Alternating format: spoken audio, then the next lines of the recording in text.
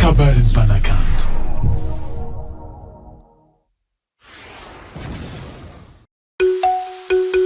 Yo, message avant Fit Boy. Tandinhesa kwa Regi nós vamos casar fomba. Eno lumaru ndeki ano in fali fale. Fali fale mizava pita sa tena hombe.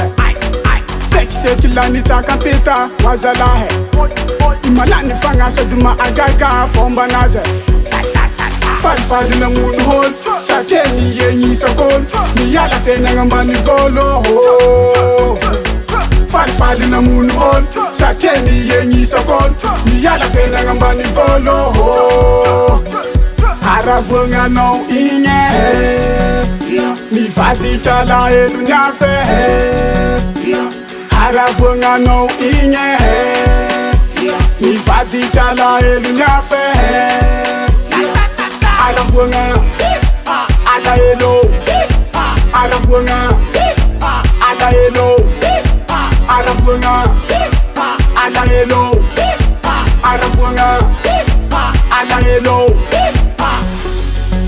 Yeah.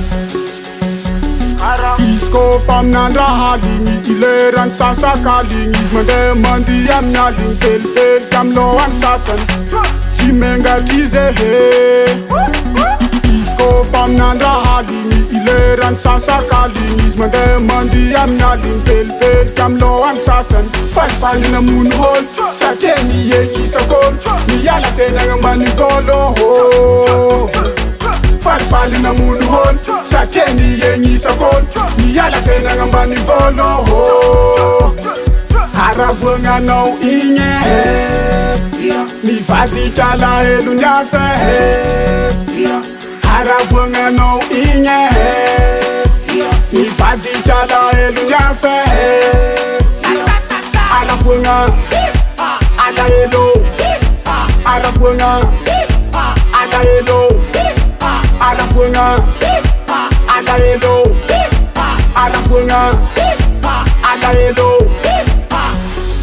Azadinga fa andru afan. Azadinga fa andru afan. Misra mi babda va farano. Pamumba fenga no. Ewa no gudanyini.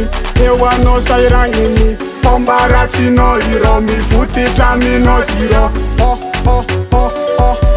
Fali na munu hol sa teni yenyi sa kon ni yala fena ngambani volo ho.